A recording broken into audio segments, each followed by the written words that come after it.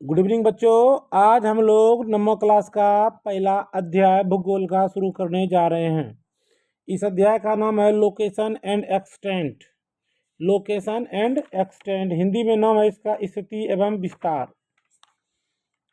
अध्याय का क्या नाम है? स्थिति एवं विस्तार। ये आपका पहला लेसन है। आप बहुत से चीज़ों को पहले से जानते हैं और उस जाने हुए चीज़ों को हम आपको थोड़ा सा रिवाइज कराते हैं। आप इसे ध्यान रखिएगा। पहला पॉइंट ध्यान यह रखना है कि जो ग्लोब पर या नक्शा में बाएं से दाएं लाइन खींचा गया है इसे अक्षांश रेखा कहते हैं। कौन सी रेखा कहते हैं? अक्षांश रेखा कहते हैं। बाएं से दाएं जो लाइन खींचा गया उसे अक्षांश रेखा कहते हैं। ऊपर से नीचे जो लाइन खींचा गया इसे हम लोग देशांतर रेखा कहते हैं। कौन सी रेखा कहते हैं? देशांतर रेखा कहते हैं। देशांतर रेखा ऊपर से नीचे लाइन खींचा गया इसे देशांतर रेखा कहते हैं। आपके सामने अभी स्क्रीन पर भारत का एक नक्शा है। इस नक्शा को आप लोग कई बार देखे हैं। पेज नंबर 2 नवम क्लास का भूगोल का, वहाँ से यह फोटो है। तो यहाँ से जो आपको याद रखना है भारत विस्तार और मोनक रेखा के बारे में इसमें जानकारी है। आप यदि नीचे में देखेंगे सबसे नीचे में तो भारत का जो क्षेत्रफल है, भारत का जो तटीय इलाका है, ये वाला जो भाग है जिसको हम रंगीन भाग से दिखा रहे हैं, ये आपका तटीय इलाका है।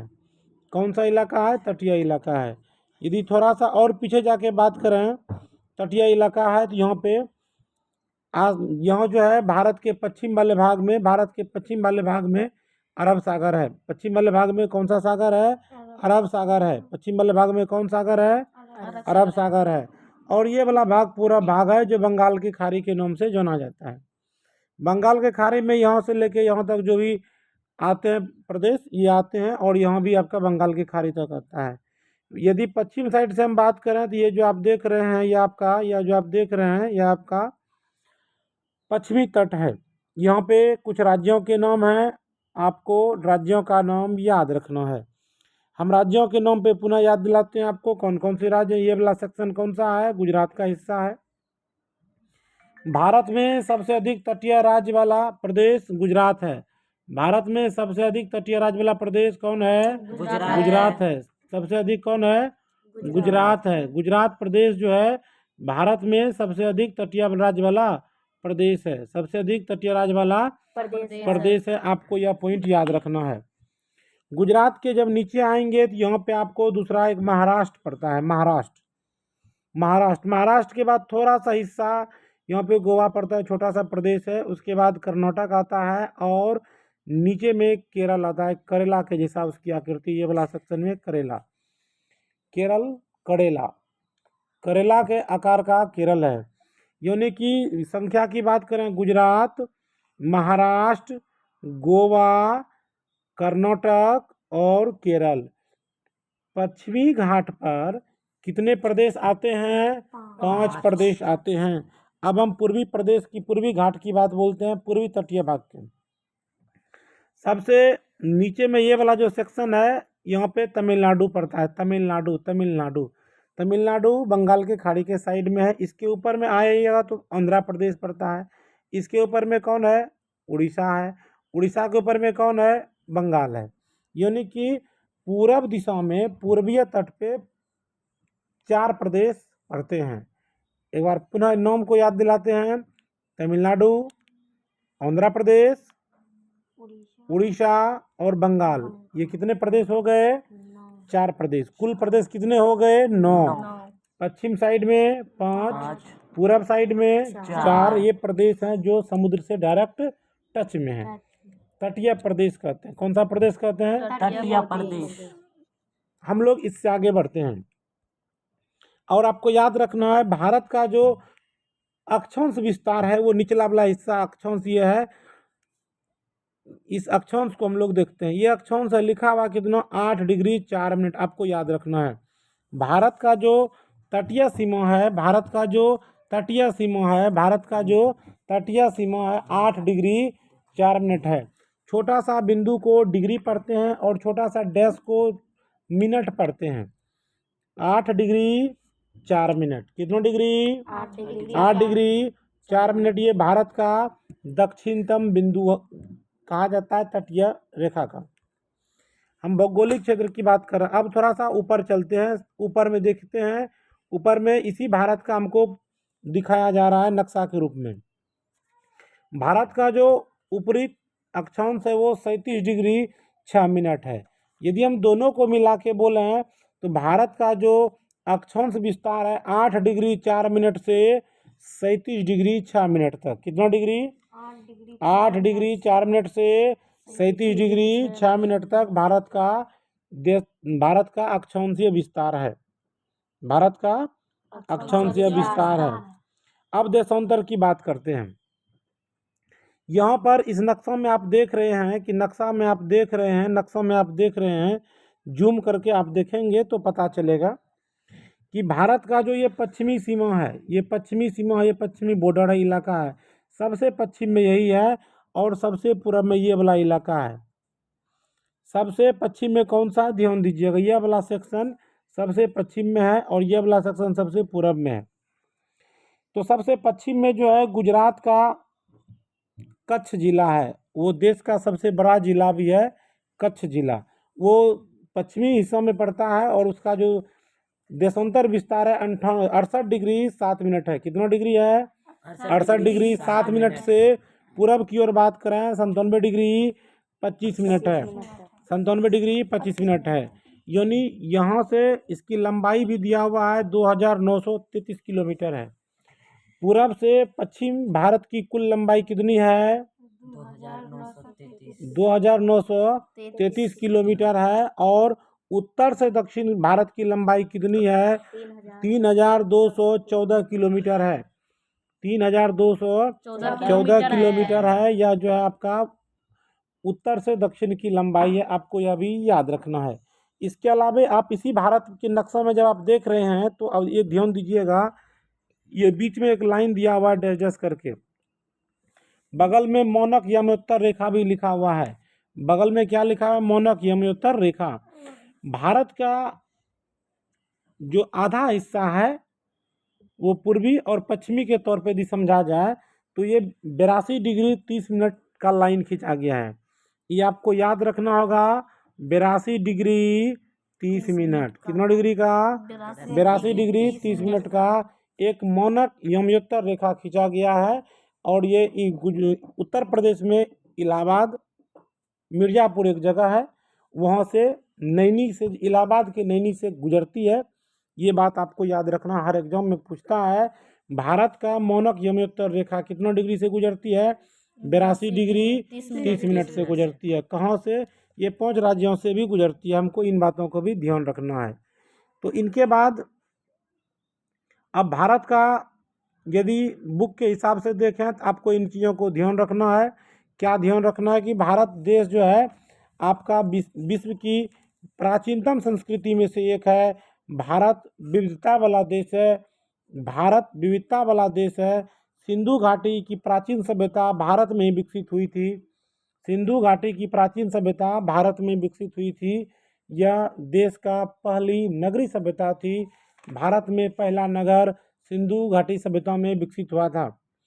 आपको यह भी याद रखना है, बिहार में एक जगह है, वैशाली जिला है, वहाँ विश्व का पहला गणराज्य है। विश्व का पहला गणराज्य कहाँ में है? वैशाली में है। विश्व का पहला गणराज्य कहाँ में है? वैशाली में। दुनिया का पहला लोकतंत्र कहाँ में है? वैशाली में है। ये बात आपको याद रखना है। दुनिया का एकमात्र एक देश भारत है जिसके नाम पे महासागर का भी नाम है हिंद महासागर। हिंद का अर्थ हो गया हिंदुस्तान और महासागर सागर का ही। तो दुनिया का एक ऐसा देश है जिसके नाम पे महासागर का भी नाम पड़ा है। और जनसंख्या के हिसाब से बात करें तो करीब 17% आबादी विश्व की 17% आबादी भारत में निवास करता है। और यहाँ के लोगों को मात्र 4% पानी उपलब्ध है। पूरे वर्ल्ड का 4% पानी, पीने लायक पानी उपलब्ध है। आपसे क्वेश्चन पूछा जाएगा भारत का अक्षांश और देशांतर के बारे में बताइए, तो आपको यह पॉइंट लिखना पड़ेगा। तो उसमें क्या लिखिएगा? भारत एक विशाल देश है और इसका मुख्य भाग 8 डिग्री 4 मिनट से उत्तर से 37 डिग्री 6 मिनट उत्तरी अक्षांश में और 68 डिग्री 7 मिनट पूर्वी से 97 डिग्री 25 मिनट पूर्वी देशांतर तक फैला हुआ है। दक्षिण में विस्तार 6 डिग्री 45 मिनट से भी शुरू होता है। यदि भारत का सबसे दक्षिणी बिंदु कहा जाए तो उस जगह का नाम है इंदिरा पॉइंट। भारत का जो जमीन है, सबसे लास्ट जमीन है, उस जगह का नाम है इंदिरा पॉइंट। और वह इंदिरा पॉइंट कहाँ में है? अंडमान निकोबार द्वीप समूह में। कहाँ में है? अंडमान निकोबार द्वीप समूह में। कहाँ में है? अंडमान निकोबार द्वीप समूह में है। वो भारत का सबसे दक्षिण पॉइंट है, इंदिरा पॉइंट है। और एक चीज़ ध्यान रखना है, कर्क रेखा जो बीचों बीच गुजरती है वो आपको 23 डिग्री 30 मिनट से गुजरती है। भारत को लगभग 2 भागों में बांट देता है, उत्तरी भारत और दक्षिणी भारत। हम इससे भी आगे चलते हैं। हमने कर्क रेखा के बारे में अभी आंशिक रूप से जिक्र किया था। ये जो लाइन आप देख रहे हैं, यही रेखा कर्क रेखा है। यह जो कर्क रेखा है, यह जो कर्क रेखा है, यह जो कर्क रेखा है, भारत को 2 भागों में बांट देता है। भारत को कितने भागों में बांट देता है? 2 भागों में। ये ऊपर वाला हो गया उत्तरी भारत और नीचे वाला हो गया दक्षिणी भारत। ऊपर वाला क्या हो गया? उत्तरी भारत। नीचे वाला क्या हो गया? दक्षिणी भारत। कर्क रेखा भारत के 8 राज्यों से होकर गुजरती है। हम इन सभी बातों को आगे देखेंगे। आपसे अगला क्वेश्चन पूछा जाएगा, भारत का क्षेत्रफल कितना है? भारत का क्षेत्रफल कितना है? आपको ये नंबर याद रखना है। 32.8 लाख वर्ग किलोमीटर भारत का क्षेत्रफल है। पूरे दुनिया का कितना है? पूरे दुनिया में यदि 100% जमीन है तो मात्र 2.4% क्षेत्रफल भारत के पास है। जमीन कितना? 2.4%। आबादी कितना? 17%। पानी कितना? 4%। ये हमारे हिस्सों में पड़ता है। अब जो हम आपको बताने जा रहे हैं, इस डाटा को आप ध्यान से देखेंगे, याद रखेंगे, और हर एग्जाम में इसको बराबर घुमाता है। कई एग्जामों में पूछता है। इस नक्शा को आप ध्यान से देखिए। यह नक्शा आबादी के हिसाब से नहीं बल्कि क्षेत्रफल के हिसाब से दिखाया गया है। पहला जो है आपका रूस है। रूस, जो रूस है वो ध्यान दीजिएगा रूस पर। रूस दुनिया का सबसे अधिक क्षेत्रफल वाला देश है। रूस दुनिया का सबसे अधिक क्षेत्रफल वाला देश है। वर्ल्ड का मैप देखिएगा, विश्व का मानचित्र देखिएगा, तो वहाँ पे आपको दिखाई देगा कि दुनिया में सबसे अधिक जमीन, सबसे अधिक एरिया कवर करता है रूस। 2 नंबर पे आपका कौन आता है? कनाडा। कनाडा क्षेत्रफल के मामले में दूसरा सबसे बड़ा देश है, जो उत्तरी अमेरिका महादेश में पड़ता है। तीसरा होता है संयुक्त राज्य अमेरिका। इसे हम लोग शॉर्टकट में यूएसए के नाम से भी जानते हैं, United state of America. United state of America. चौथा सबसे बड़ा देश क्षेत्रफल के हिसाब से चीन है। चीन। और 5वां ब्राजील है। 6ठा ऑस्ट्रेलिया है। और 7 नंबर पे हमारा प्यारा देश भारत है। भारत क्षेत्रफल के अनुसार किस नंबर पे है? 7 नंबर पे। और भारत से आगे कितने हैं? 6 देश आगे हैं। कनाडा कितने नंबर पे है? 2 नंबर पे है। अमेरिका 3 नंबर पे है। कहीं कहीं एग्जाम में चीन को 3 नंबर पर दिखा देता है।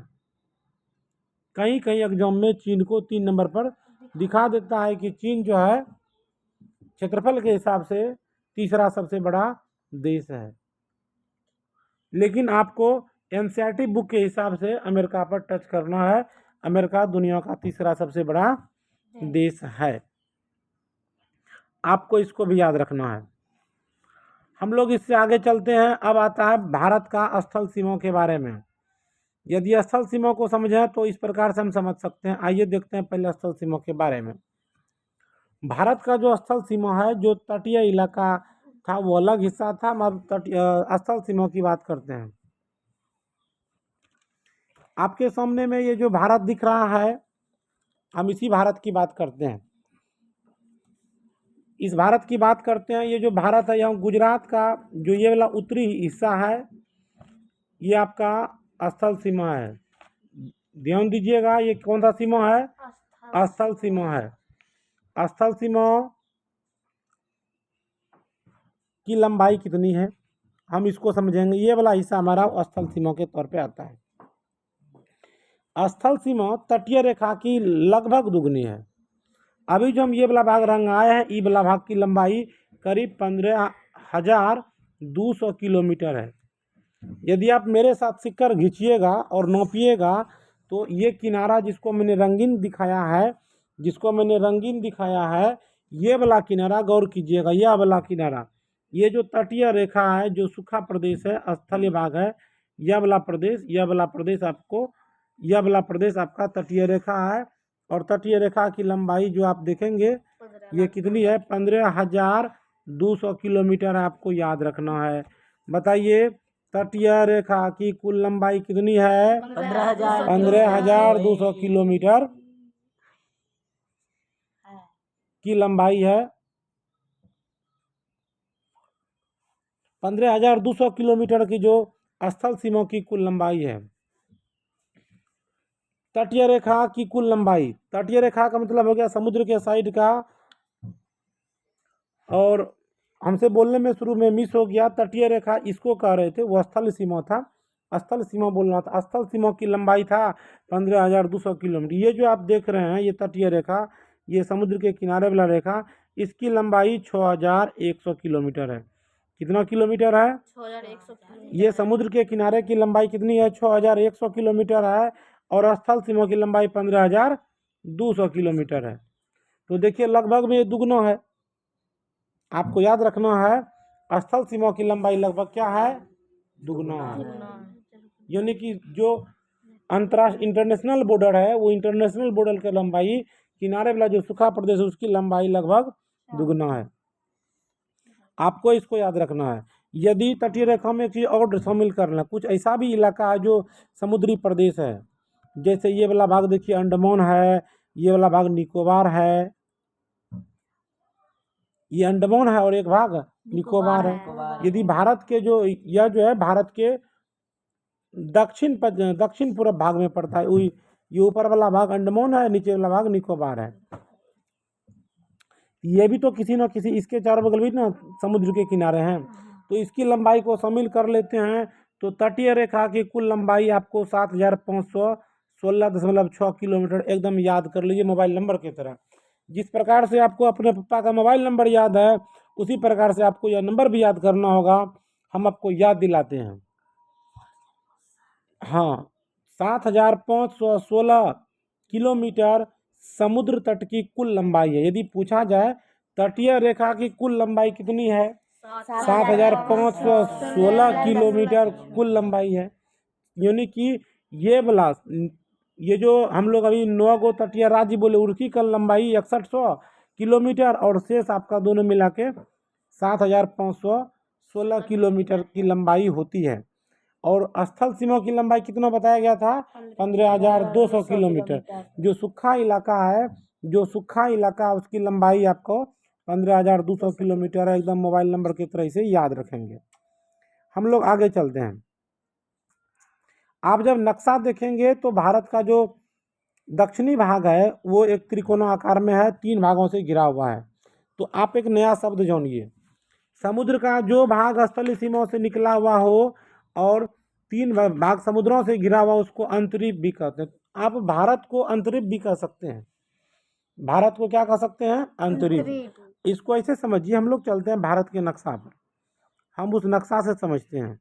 आप इस नक्शा को देखिए, यह नक्शा दिखा रहा है कि भारत का जो ये वाला भाग है त्रिकोणों के जैसा दिखा रहा है, त्रिकोणों के जैसा। हाँ, त्रिकोणों के जैसा दिखा रहा है। त्रिकोणों के जैसे जब दिखा रहा है तो ध्यान दीजिएगा, तो ये वाला भाग को हम लोग अंतरीप कहते हैं। क्या बोलते हैं? अंतरिक्ष। या प्रायद्वीप भी बोलते हैं, क्योंकि भारत 3 भाग कोने से घिरा हुआ है। पश्चिम भाग में अरब सागर है, पूर्वी भाग में बंगाल की खाड़ी है, पूरब में कौन है? बंगाल की खाड़ी है, पश्चिम में कौन है?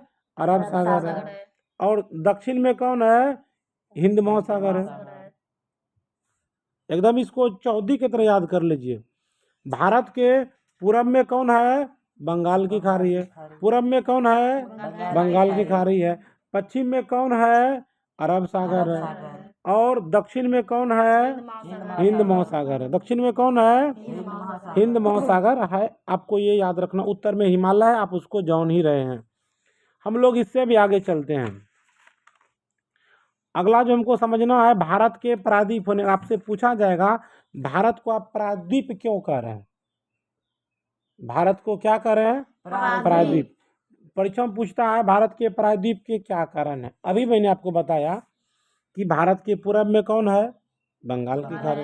पश्चिम में कौन है? अरब सागर। दक्षिण में कौन है? ये तीनों किससे घिरा हुआ है? समुद्र से घिरा हुआ। और प्रायद्वीप आकार के कारण से भारत की तटीय रेखा की लंबाई भी है। दक्षिण में कौन है? हिंद महासागर। इन्हीं सब के कारण से हम लोग भारत को प्रायद्वीप भी कहते हैं। क्या कहते हैं? प्रायद्वीप भी कहते हैं। अब कुछ अगला टॉपिक है इसका, अक्षांश और देशांतरी विस्तार पर प्रभाव। जब आप भारत को देखते हैं तब आपको याद रखना होगा कि अक्षांश और देशांतर में लगभग 30 डिग्री, दोनों में 30 डिग्री का अंतर है। इसको आप ऐसे समझिए 30 डिग्री का क्या अंतर है। 30 डिग्री का क्या अंतर है, इसको समझने के लिए आप नक्शा को थोड़ा देखते हैं। नक्शा से आपको समझ में आएगा। आप नक्शा को देखिए, भारत का नक्शा आपके सामने है स्क्रीन पर। ये कितना है? 8 डिग्री 4 मिनट, और ये कितना है? 37 डिग्री। तो दोनों के बीच में कितना का अंतर है? ये लगभग में 38 मान लीजिए, इसको 8 मान लीजिए, तो इसमें कितना डिग्री का अंतर है? 30 डिग्री का अंतर। आप इसको 99 97 को 98 मान लीजिए, यहाँ पे देखिए 68 है। आप इसको भी घटा कर देखिए, 98 को भी घटा कर देखिए, ये 98 को भी घटा कर देखिए। यानी कि हम यह कहना चाह रहे हैं कि देशांतर में भी 30 डिग्री का अंतर है और लगभग दोनों समान है। यानी कि पूर्वी पश्चिमी देशांतर, उत्तरी देशांतर और देशांतर का जो अंतर है वो भी 30 डिग्री है, और अक्षांश का भी अंतर 30 डिग्री है। आपको इस पॉइंट को याद रखना है। इसके बाद आपको अलग से क्या याद रखना है कि भारत में जो पूर्वी हिस्सा है वो कहाँ पे है? भारत का सबसे पूर्वी हिस्सा कहाँ में? अरुणाचल प्रदेश में है। पूर्वी हिस्सा कहाँ में है? अरुणाचल प्रदेश है। और पश्चिमी हिस्सा कहाँ में है? कच्छ में है। और दोनों के बीच में कितना डिग्री का अंतर है? 2 घंटे का। कितने घंटे का अंतर है? 2 घंटे का अंतर। इसको हम समझते हैं छोटा सा गणित के प्रयोग से। सबसे पहले सूर्योदय कहाँ उगेगा? सूरज कहाँ उगेगा? पूरब में उगेगा, अरुणाचल प्रदेश में उगेगा। और सबसे बाद में कहाँ होगा? कहाँ उगेगा? कच्छ में उगेगा, और वहाँ 2 घंटे का अंतर होता है। इसका कारण क्या है? ये 30 डिग्री का अंतर है। आपसे पूछा जाएगा कि अरुणाचल प्रदेश में, आपसे पूछा जाएगा अरुणाचल प्रदेश में सूर्योदय, अरुणाचल प्रदेश में सूर्योदय 2 घंटा पहले होता है, और गुजरात में सौराष्ट्र में जो सूर्यास्त होता है वो 2 घंटा बाद होता है। क्यों? तो इसका उत्तर यही लिखना है। क्या उत्तर लिखना, थोड़ा गौर कीजिएगा। हम लिखेंगे इसमें उत्तर में, पृथ्वी 24 घंटे में एक चक्कर लगा लेता है, पूरा अपना धुरी पर घूम जाता है। इसका यह भी मतलब हुआ 1 डिग्री घूमने में पृथ्वी को कितना मिनट लगता है? 4 मिनट लगता है। 1 डिग्री घूमने में पृथ्वी को कितना मिनट लगता है? 4 मिनट। और 1 डिग्री घूमने में 4 मिनट, तो 30 डिग्री घूमने में कितना मिनट? 30 गुना 4, 120 मिनट। 120 मिनट को ही क्या कहते हैं? 2 घंटा। इसीलिए अरुणाचल प्रदेश में 2 घंटा पहले सूरज उगता है, और गुजरात के सौराष्ट्र में 2 घंटा के बाद होता है। हम इस बात को समझ चुके। इसके बाद मोनक देशांतर के बारे में मैंने आपसे चर्चा किया था। भारत का मोनक देशांतर, जो भारत को ऊपर से नीचे ठीक बीचों बीच समय, हम लोग उसे समय को भी नापते हैं, वो कितना डिग्री में बात किया था? 82 डिग्री 30 मिनट पूर्वी देशांतर। कहाँ से? इलाहाबाद के नैनी से। कहाँ से? इलाहाबाद के नैनी से। इलाहाबाद के नैनी से गुजर जाता है। ये बात आपको अच्छे से याद रख लेना है। कहाँ से गुजरता है? इलाहाबाद के नैनी से। हम कर्क रेखा के बारे में आपको बता चुके हैं, तो आइए हम लोग इसको एक बार शॉर्ट में फटाफट रिवाइज करते हैं। पृथ्वी के जो बीचों बीच भाग है उसको विषुवत रेखा कहते हैं। इसके ऊपर वाले भाग को, जो 23.5 डिग्री उत्तरी अक्षांश है, उसे कर्क रेखा कहते हैं।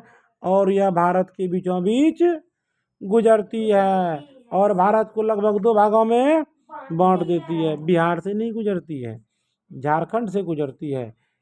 झारखंड में कहाँ? झारखंड की राजधानी रांची से गुजरती है और बांग्लादेश से होकर भी गुजरती है। कितने राज्यों से गुजरती है? 8 राज्यों से गुजरती है। हम आपको बाद में बताएंगे 8 राज्यों से कौन कौन राज्यों से गुजरती है।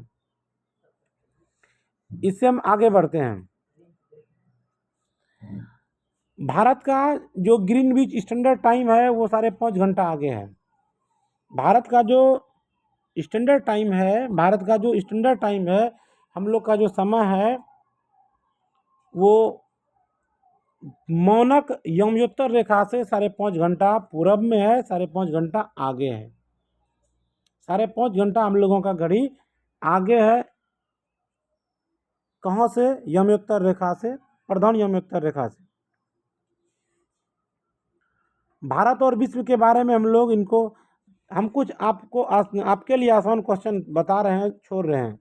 बताइए बोध गया का अंतर्राष्ट्रीय महत्व क्या है और यह किस राज्य में स्थित है? आप आसानी से इस क्वेश्चन का जवाब हमें कमेंट कर सकते हैं। बोध गया कहाँ है, किस राज्य में है, किस लिए प्रसिद्ध है और उसकी क्या क्या विशेषताएं आप पहले से जानते हैं। कौन सा बोध गया कहाँ में है, यह क्वेश्चन आप हमें कमेंट करेंगे। हम उससे थोड़ा और आगे बढ़ते हैं। भारत का विश्व के साथ अन्य देशों से संपर्क नहीं था। जो भी था वो भारत के उत्तर और पश्चिम दिशा से लोग सड़क मार्ग से आते जाते थे। भारत में अनेक प्रकार की कहानियाँ हैं और यहाँ के जो लोग थे, जब वास्को डी गामा समुद्री मार्ग से पहली बार भारत आया था, वह पुर्तगाल का निवासी था और 1498 में भारत पहुंचा था, केरल पहुंचा था, मालाबार तट पहुंचा था। जमोरिन ने उसका स्वागत किया था, वेलकम किया था। ये सब इतिहास की बातें हम आपको भूगोल के संदर्भ में समझाना चाह रहे हैं। अब आपके सामने में विश्व का मानचित्र है। जो आप स्क्रीन पर अभी देख रहे हैं यह पूरे विश्व का मानचित्र है, पूरे दुनिया का मानचित्र यही है। यह किसका मानचित्र है? पूरे दुनिया का मानचित्र है, विश्व का मानचित्र है। आप नक्शा को ध्यान से देख लीजिए, नक्शा को देखिए, नक्शा को देखिए। यह जो सेक्शन है, यह वाला भाग आपका एशिया है। आपको याद रखना है दुनिया का सबसे बड़ा महादेश एशिया है। दुनिया का सबसे बड़ा महादेश एशिया है। एशिया है। एशिया 1 नंबर पर है, 2 नंबर पे अफ्रीका है। क्षेत्रफल के मामले में दुनिया का सबसे बड़ा महादेश एशिया। महादेश को ही महाद्वीप भी कहते हैं। दोनों नाम एक ही है। महादेश कहीं कहीं लिखा मिलेगा, कहीं कहीं महाद्वीप मिलेगा, तो कंफ्यूज नहीं करना। दुनिया का सबसे बड़ा महादेश एशिया। दूसरा महादेश अफ्रीका। अफ्रीका। आप रंग का भी ख्याल रखेंगे, जो रंग है वो केवल एक महादेश का है। तीसरा आपका उत्तरी अमेरिका है। तीसरा कौन है? उत्तरी उत्तरी अमेरिका। चौथा कौन है? दक्षिण अमेरिका है। पांचवा कौन है? यूरोप है। और छठा कौन है? ऑस्ट्रेलिया। और सबसे छोटा वाला जो आपका अंटार्कटिका महादेश के तौर पे आता है, भारत। अब याद पाड़िए भारत की सिस्टम। यदि हम इसी को विस्तार से समझें तो मान लेते हैं कि हम पूरे दुनिया को बाएं से दाएं एक भाग में और ऊपर से नीचे एक भाग में बांट रहे हैं। बाएं से दाएं एक भाग में बांट रहे हैं। तो आप ये बताइए हमको, ये वाला हम भारत को बांट रहे हैं, ये भारत को हम लोग बांट रहे हैं, ये भारत को हम लोग बांट रहे हैं, ये जो हम बांट रहे हैं, ये जो हम बांट रहे हैं, यह विश्व को हम बांट दिए। हमारा विषुवत रेखा है। कौन सा रेखा है? विषुवत रेखा है। अभी जो आप लाइन देखे, ये जो लाल लाल लाइन है, हम जो लाइन खींच रहे हैं, यह लाइन आपका विषुवत रेखा है। विषुवत रेखा, इसे भूमध्य रेखा भी कहते हैं। कौन सा रेखा कहते हैं? भूमध्य रेखा। और विषुवत रेखा को 0 डिग्री अक्षांश के नाम से भी जाना जाता है। अब दूसरा बात, यहाँ पे जो देशांतर रेखा है, ये वाला भाग बीच में, ये वाला भाग बीच में है, हम इनकी बात कर रहे हैं। पहला तो हो गया बाएं से दाएं, पहला हो गया बाएं से दाएं विषुवत रेखा। कौन सा रेखा? विषुवत विषुवत रेखा। रेखा। और ऊपर से नीचे देशांतर रेखा। तो भारत मेरा किस बगल है? ये वाला भाग तो पूरब है और यह वाला भाग आपका पश्चिम है। यह वाला भाग आपका दक्षिण है और ये वाला भाग आपका उत्तर है। तो ये बीच वाला भाग में पड़ता है। यदि हम भारत को समझना चाहें तो हमारा भारत जो है किस हिस्सों में पड़ता है, तो हमारा भारत इस जगह पे पड़ता है। तो भारत हमारा इस हिस्सों में पड़ता है। ये जो भारत है हमारा उत्तर और पूरब हिस्सों में पड़ता है। भारत किस हिस्सों में पड़ता है? भारत किस हिस्सों में पड़ता है? उत्तर पूरब हिस्सों में पड़ता है। भारत किस हिस्सों में पड़ता है? उत्तर पूरब हिस्सों में पड़ता है। यदि पूछा जाए भारत के इस हिस्सों में पड़ता है? उत्तर पूरब दिशा में। उत्तर पूरब हिस्सा में पड़ता है। ये भारत का एक छोटा सा नमूना दिया गया है, आपको अच्छे से इसको याद रखना है। भारत का जो उत्तरी हिस्सा है वो सबसे बड़ा देश रूस है क्षेत्रफल के मामले में, लेकिन कुछ हिस्सा उसका यूरोप से टच में है। अधिक बड़े बड़े शहर यूरोप में सटे हुए हैं, इसीलिए उसे एशिया में काउंट नहीं किया जाता है, गिनती नहीं करते। एशिया महादेश का सबसे बड़ा देश चीन ही है, रूस नहीं है। क्योंकि रूस का अधिकांश जो शहर है, ये जो आप एशिया देख रहे हैं, ये वाला भाग आपका रूस का यूरोप के साथ यूरेशिया के नाम से भी हम लोग उसको जानते हैं। आपको यह नक्शा अच्छे से देखकर याद कर लेना है, कौन कौन महादेश है, कहाँ पे है, कौन कौन महादेश है और कहाँ पे है, कहाँ पे है। ये जो आप 0 डिग्री का यमोत्तर देख रहे हैं, जो 0 डिग्री का यमोत्तर देख रहे हैं, ये वाला लाइन, इसको हम लोग प्रधान यमोत्तर रेखा कहते हैं। और ये 0 डिग्री ऊपर में देखिए, 0 डिग्री सीधा ऊपर में देखिए, 0 डिग्री सीधा ऊपर में देखिए, ये वहाँ 0 डिग्री दिख रहा है। ये जो है 0 डिग्री आपका प्रधान यमोत्तर रेखा 0 डिग्री माना जाता है। कौन सा रेखा? प्रधान यमोत्तर रेखा कितना डिग्री माना जाता है? 0 डिग्री माना जाता है। कौन 0 डिग्री माना जाता है। और इसी से ये वाला भाग आपका पूरब कहलाता है और ये वाला भाग आपका पश्चिम कहलाता है। ये वाला भाग क्या कहलाता है? पूरब। और ये वाला भाग क्या कहलाता है? पश्चिम। यहीं से दिन और रात का विभाजन होता है। हम यहीं से बोल रहे थे कि भारत जो है 5.5 घंटा आगे है, यानी कि हम ये कहना चाह रहे हैं कि प्लस 5 घंटा 30 मिनट आगे है। कितना घंटा आगे है? ये दाएं बगल है, पूरब बगल है, इसीलिए प्लस 5 घंटा 30 मिनट आगे है, पूर्वी देशांतर में है। हम लोग इससे भी आगे चलते हैं। अब भारत के जो पड़ोसी देश है, हम तो पड़ोसी देशों का अब आगे बढ़ते हैं।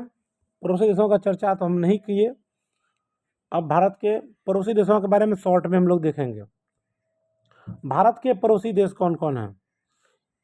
चलिए वापस चलते हैं भारत के नक्शा पे और पड़ोसी देशों को हम समझने का प्रयास करते हैं। आपको भारत का पड़ोसी देशों का नाम अच्छे से याद कर लेना है। कौन सा देश? पड़ोसी देश। किसका पड़ोसी देश? भारत का पड़ोसी देश। जो भारत के पड़ोसी देश हैं, हम उसको यहाँ पे आपको दिखा रहे हैं, आप याद रखेंगे। ये वाला जो सेक्शन आप देख रहे हैं, ये वाला जो आप देख रहे हैं, ये वाला इलाका आपका पाकिस्तान कहलाता है।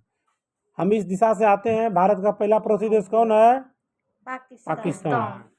यहाँ पर एक कुछ हिस्सा आपका पड़ता है अफगानिस्तान। सबसे ऊपर में कौन पड़ता है? अफगानिस्तान। तीसरा आपका यहाँ पे क्या पड़ जाता है? चीन। कौन पड़ जाता है? चीन आपका तीसरा पड़ोसी देश है। चौथा पड़ोसी देश आपका कौन पड़ता है? नेपाल। चौथा पड़ोसी देश कौन पड़ता है? नेपाल पड़ता है। कौन पड़ता है? नेपाल पड़ता है। पांचवा पड़ोसी देश इसी के बगल में कौन है? भूटान। पांचवा पड़ोसी देश भूटान। और इसके बाद और यदि आप पूरब आइएगा तो यहाँ पे एक और पड़ोसी देश है हमारा, उसका नाम है म्यांमार। क्या नाम है? म्यांमार। कितने पड़ोसी देश हो गए?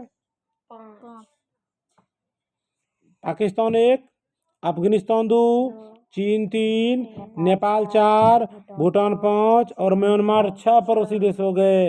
अब एक पड़ोसी देश जो हमारा पोता है, उनको देख लीजिए। ये जो पोता है ये बांग्लादेश है। ये जो पड़ोसी देश है, ये जो पड़ोसी देश है ये जो पड़ोसी देश है भारत का ही हिस्सा है। 1947 से पहले हमारा ही ज़मीन था, हमारे लोग ही थे, सभी लोग थे। ये जो पड़ोसी देश है हमारा भारत, पाकिस्तान का जब विभाजन हुआ तो पाकिस्तान से फिर ये बांग्लादेश बना। हम जिसको अभी घेर रहे हैं ये वाला हिस्सा क्या कहलाता है? बांग्लादेश। बांग्लादेश को पहले पूर्वी पाकिस्तान से भी कहते थे। क्या कहते थे? पूर्वी पाकिस्तान। भारत और बांग्लादेश के बीच लड़ाई हुई थी 3 दिसंबर 1971 ईस्वी में। 14 दिन लड़ाई चली थी और उस लड़ाई के बाद 17 दिसंबर 1971 ईस्वी को हमने बांग्लादेश को उठा के पटक दिया, मतलब भारत विजय हो गया। हाँ, तत्कालीन प्रधानमंत्री इंदिरा गांधी थी और अटल बिहारी ने बोला था इंदिरा गांधी के बारे में, India is Indira, Indira is India. यह इंदिरा नहीं, यह दुर्गा है। सदन में बोला था, लोकसभा के जो हमारा संसद है, संसद में बोला था। किसने बोला था? अटल बिहारी वाजपेयी ने बोला था। किसको बोला था? इंदिरा गांधी को। क्या बोला था? यह दुर्गा है। यह क्या है? दुर्गा है। और इसी ने बांग्लादेश को आज़ाद कराया। तो आपको ये सब अभी तक कितना पड़ोसी देश हो गए?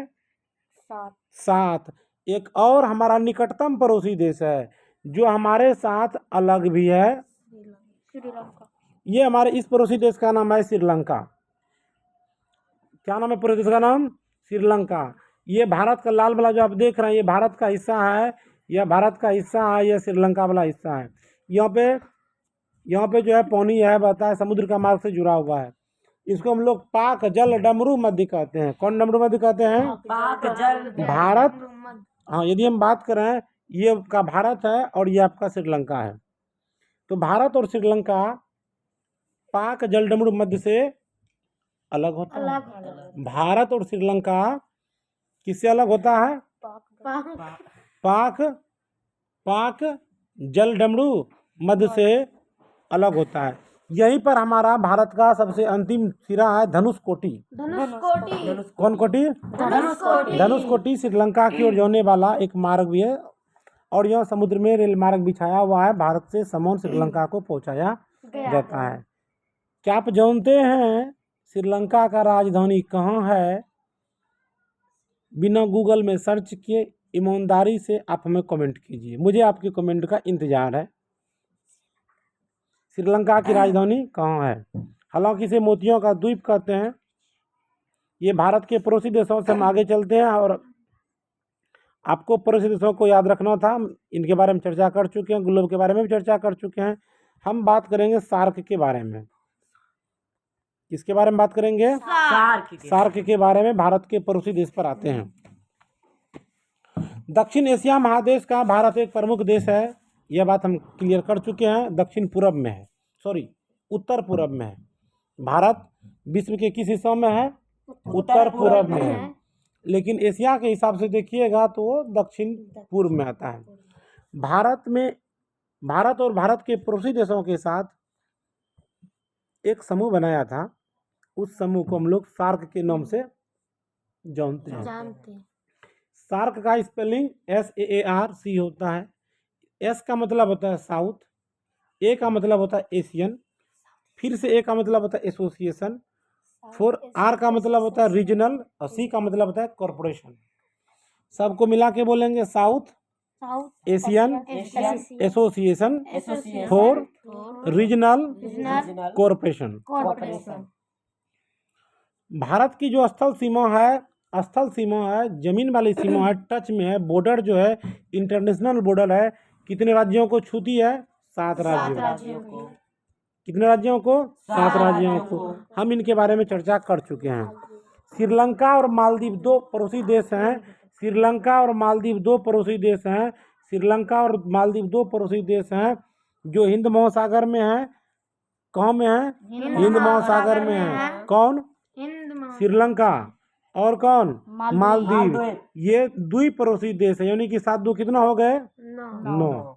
कुल पड़ोसी देश कितने हो गए? 9। स्थल वाले पड़ोसी देश कितने हो गए? 7। समुद्र वाले पड़ोसी देश कितने हो गए? 2 पड़ोसी देश हैं।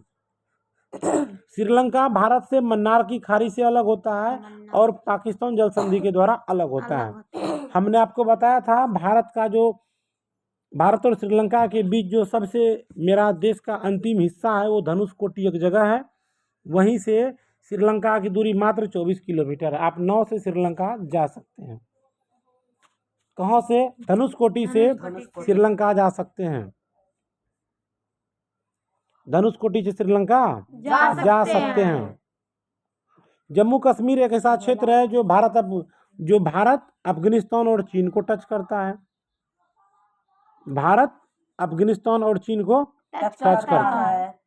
उसी तरह से आप अरुणाचल प्रदेश का नक्शा देखिएगा तो पता चलेगा वह भी आपको 3 देशों को टच करता है। भारत भी है, अरुणाचल प्रदेश का जो जमीन है, भारत हो गया, चीन हो गया, म्यांमार हो गया, ये 3 देशों को टच करता है। हाँ, इनके बाद आपको एक चीज़ और याद रखना है, नेपाल जो है आपका सांस्कृतिक दृष्टिकोण से बहुत पड़ोसी देश है। नेपाल के साथ हमारे गहरे संबंध हैं। कोसी नदी आती है और उसे बिहार का शोक कहा जाता है। बहुत वीवीआई क्वेश्चन, इसको आप अमृत मान लीजिए। बिहार का शोक किसे कहा जाता है? कोसी नदी को कहते हैं। बिहार का शोक किसे कहते हैं? कोसी नदी को। और कोसी नदी पर 2008 में बाढ़ आया था। कब आया था बाढ़? 2008 में। कब आया था बाढ़? 2008 में। 2008 में क्या आया था? बाढ़ आया था। किस नदी पर आया था? कोसी नदी में। किस नदी पर आया था? कोसी नदी में क्या आया था? बाढ़ आया था। उस बाढ़ में क्या हुआ था? उत्तरी बिहार के लोग पूरी तरह से बर्बाद हुए थे। कौन बिहार के लोग? उत्तरी बिहार के लोग पूरी तरह से क्या हुए थे? बर्बाद हुए थे।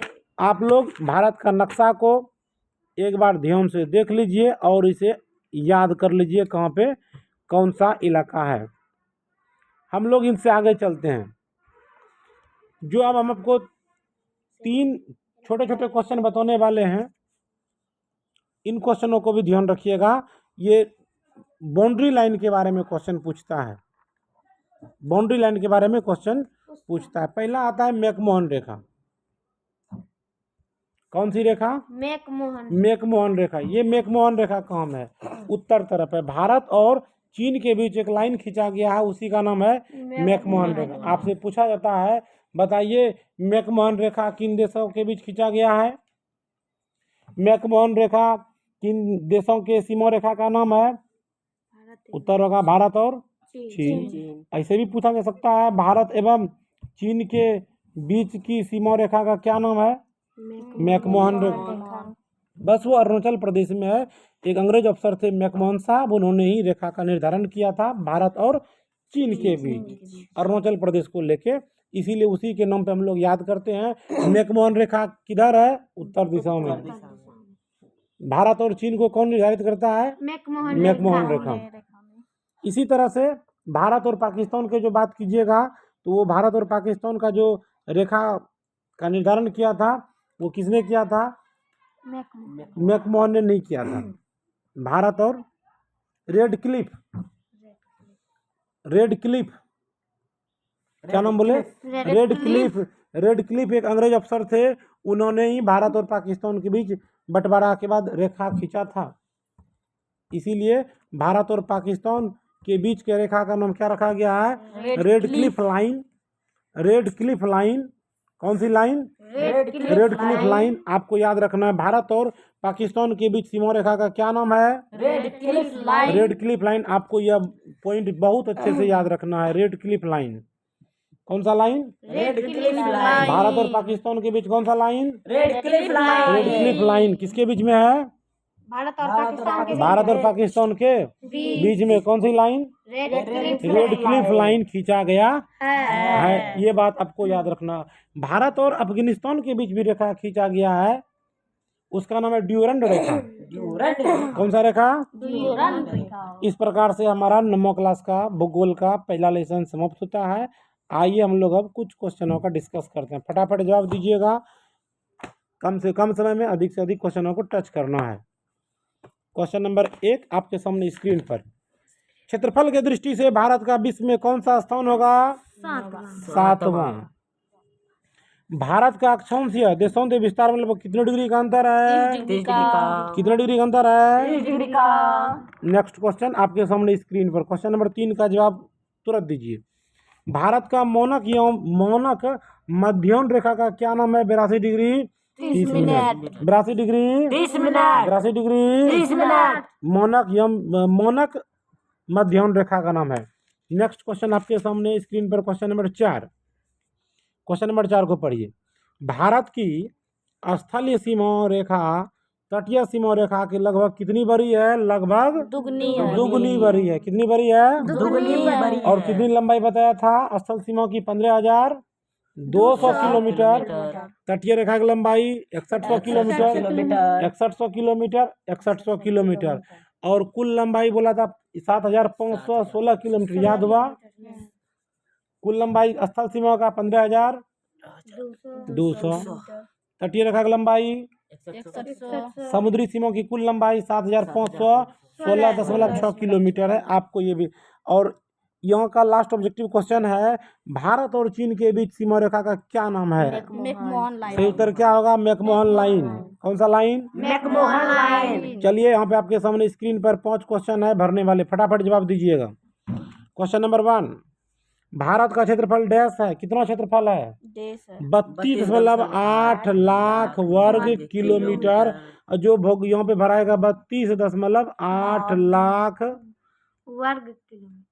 वर्ग किलोमीटर। इसमें क्या भराएगा? 2.4। कितना भराएगा? 2.4। नेक्स्ट क्वेश्चन, भारत का मुख्य भूभाग डैश डिग्री उत्तर से डैश डिग्री तक। कितना उत्तर से? 8 डिग्री 4 मिनट उत्तर से 37 डिग्री 6 मिनट उत्तरी अक्षांश में, और देशांतर में बोलेंगे 68 डिग्री 68 डिग्री। यहाँ पे क्या भराएगा? 68 डिग्री 7 मिनट से 68 डिग्री 97 डिग्री 97 डिग्री 25 मिनट। इसमें भराएगा 8 डिग्री 4 मिनट, और इसमें भराएगा 8 डिग्री 4 मिनट से 37 डिग्री 6 मिनट। 37 डिग्री 6 मिनट की लंबाई होती है। क्वेश्चन नंबर 3, भारत में कुल कितने राज्य हैं? कितने केंद्र शासित प्रदेश हैं? क्या आप हमें कमेंट करके बता सकते हैं? भारत में कुल कितने राज्य हैं? चलिए, आप हमें कमेंट कीजिएगा, हम इसका उत्तर बता रहे हैं आपको। सही उत्तर होगा 28 राज्य हैं, 8 केंद्र शासित प्रदेश हैं। भारत, श्रीलंका भारत से किसके द्वारा अलग होता है? 2 चीज़ों से अलग होता है। मन्नार की खाड़ी से अलग होता है, और पाक जलडमरू। यानी पहला जो बॉक्स है इसमें क्या भराएगा? इसमें भराएगा मन्नार की खाड़ी। क्या भराएगा? मन्नार की खाड़ी भराएगा इसमें, पहला बॉक्स में। दूसरा जो होगा, इसमें जो भराएगा ई बॉक्स में जो भराएगा, इसमें भराएगा आपका मन्नार की खाड़ी और पाक जल डमरू मध्य। क्या बोले? पाक जल डमरू मध्य भराएगा। पाक जल डमरू मध्य भराएगा। अगला है, बिहार को, कोसी नदी को बिहार का डैश कहते हैं। कोसी नदी बिहार का क्या कहते हैं? इसमें क्या भरोगे? बिहार का क्या कहते हैं? शोक कहते हैं। क्या कहते हैं? शोक कहते हैं। बिहार का शोक किसे कहते हैं? कोसी नदी को, जो हिमालय के डैश भाग से निकलती है। जो हिमालय के किस भाग से निकलती है? जो हिमालय के दक्षिणी भाग से निकलती है।